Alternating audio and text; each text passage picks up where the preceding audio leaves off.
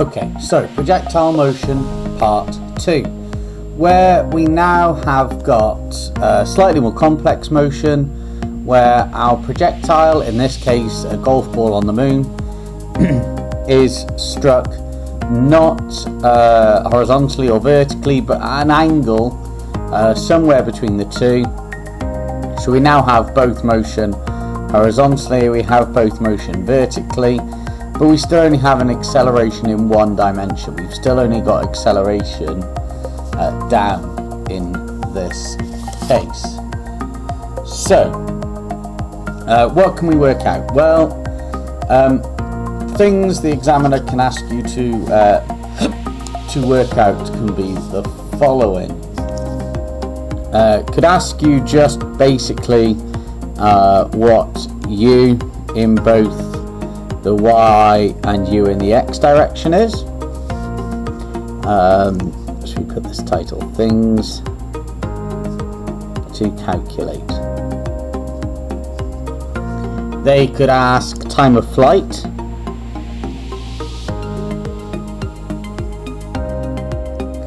They could ask for range, which would be, remember, our displacement in our x direction, or they could ask for the maximum height, which will be our maximum displacement in the vertical direction. So remembering that where we have a subscript, so uy is u in the y direction, u in the x direction, and we're defining that as that's in the y direction, that's our positive x. Okay, so first things first, let's do uy and ux. So uy and we're going to ux. Okay, so on this diagram above, that's going to be uy, that's going to be ux, and we know we've got an angle of 40 degrees between them. So we've got to decide, one's going to be sine, one's going to be cosine.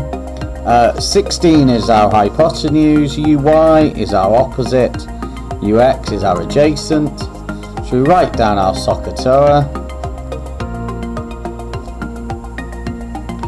just to make sure we've got that right. So we know that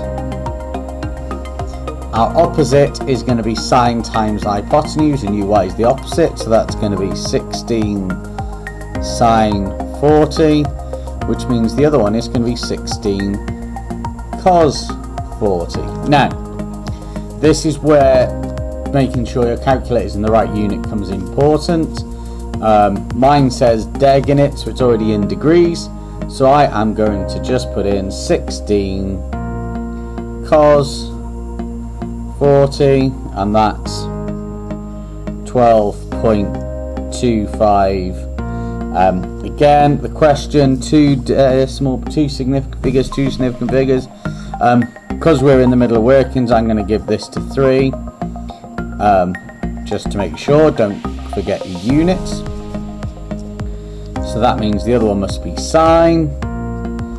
So sine 40, and that equals 10.28 meters seconds to minus 1. So I've now got my two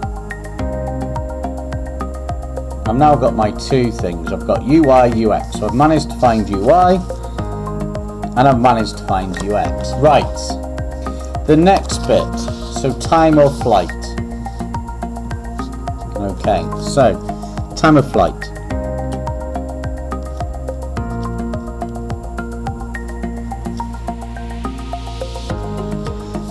Okay, now if we picture this, what we've got is our ball struck,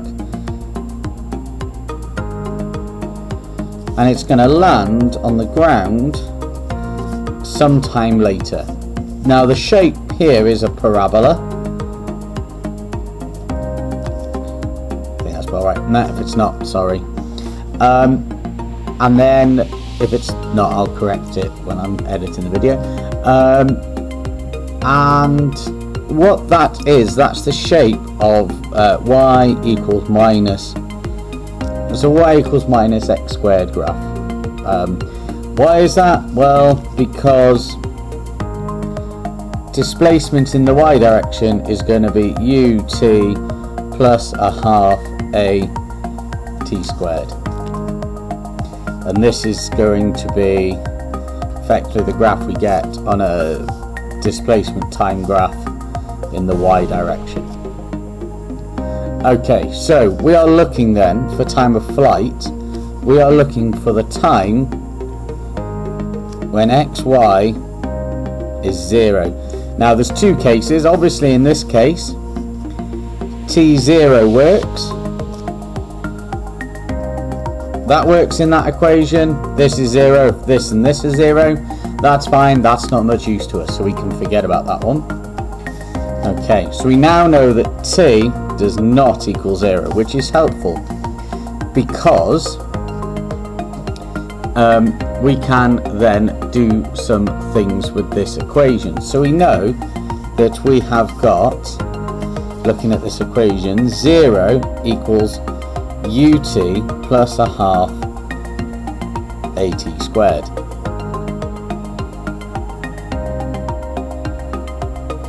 Okay, now u is non-zero, but we know that t doesn't equal 0, so what we can do is divide by t.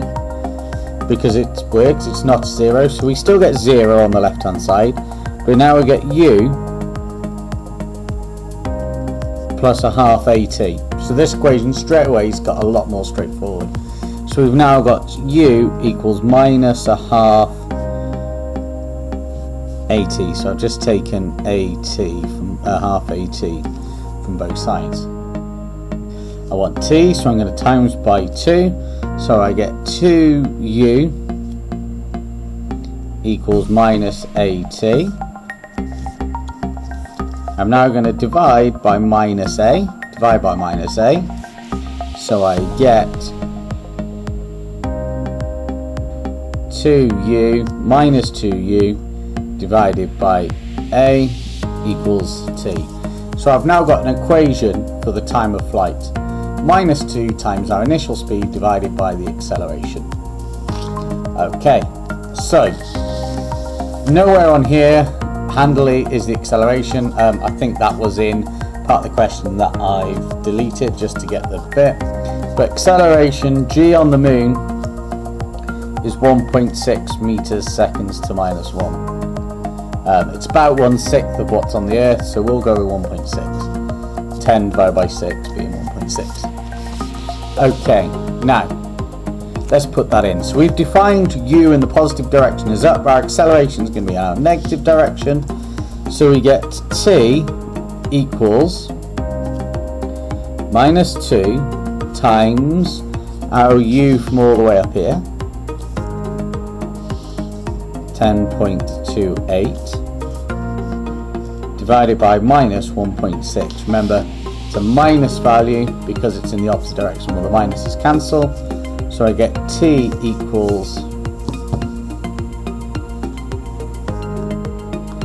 2 times 10.28 divided by 1.6. So I get a time of flight of 12.85 seconds.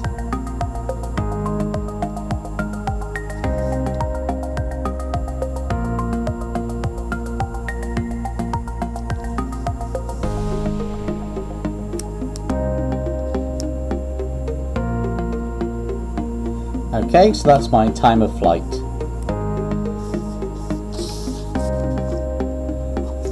Time of flight. Okay, next bit, range. So we want range.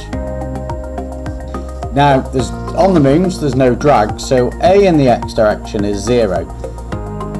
So that means that x in the x direction is going to equal ut.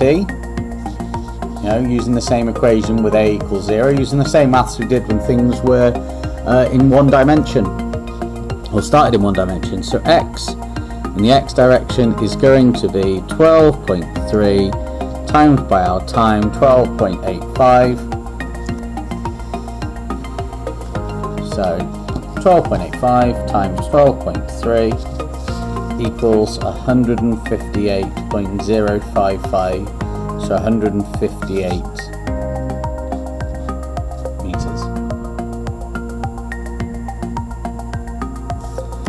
Okay. In fact, our time really, we should have given our time of flight here as 12.9 to be better in our significant figures, sticking to 3. So we've now done the range. Okay, maximum height. Now there are a couple of ways of doing maximum height.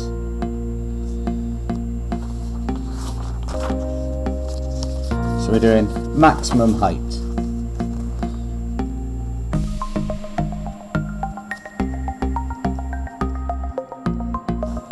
Now, depending on, hopefully that's not too loud in the background, that's my dishwasher going. Maximum height, a couple of ways we can do it. If we think about our curve, the maximum height occurs halfway across. So maximum height occurs at time of flight, TOF, divided by 2. So that our maximum height is going to occur at 6.45 seconds. And we can just apply that to our formula. So we want x in the y direction, our displacement in the x is our initial speed ut plus a half at squared. So it's going to equal 12.3, not 12.3, 10.28, make sure you use the right speed, 10.28 times our time, 6.45, minus a half times 1.6, minus, because the 1.6 is going in the opposite direction to u, times 6.45 squared. So that gives us 10.28 times 6.45 minus 0.5 times 1.6 times 6.45 squared equals 33.024 meters. So 33 meters to our acceptable roundings and significant figures. Now, okay, so to recap, firstly, set the vertical and horizontal positive directions. I would set both vertical and horizontal positive direction in the same direction as the initial velocity. Step 2. Resolve the initial velocity into its two components using trigonometry. If you're not sure, draw the right angle triangle, label the opposite, the hypotenuse, and the adjacent, and remember SOHCAHTOA. Step 3. Can't do a lot else without the time of flight. So we find this by using the vertical initial speed and the acceleration, and by setting x to 0, allowing us to solve the quadratic. Step 4. Find the range using horizontal u and the time that you've just calculated. Step 5. Find the maximum height by finding what the vertical displacement is at half the time of flight. And step 6. Find the final velocity, which isn't shown in this video, but you can find the final velocity using v equals u plus at for the vertical direction, and as there's no horizontal acceleration, v will be u for the horizontal direction, and then combine using Pythagoras, and trigonometry gives you the angle. Alright, thanks very much, and hopefully this helps.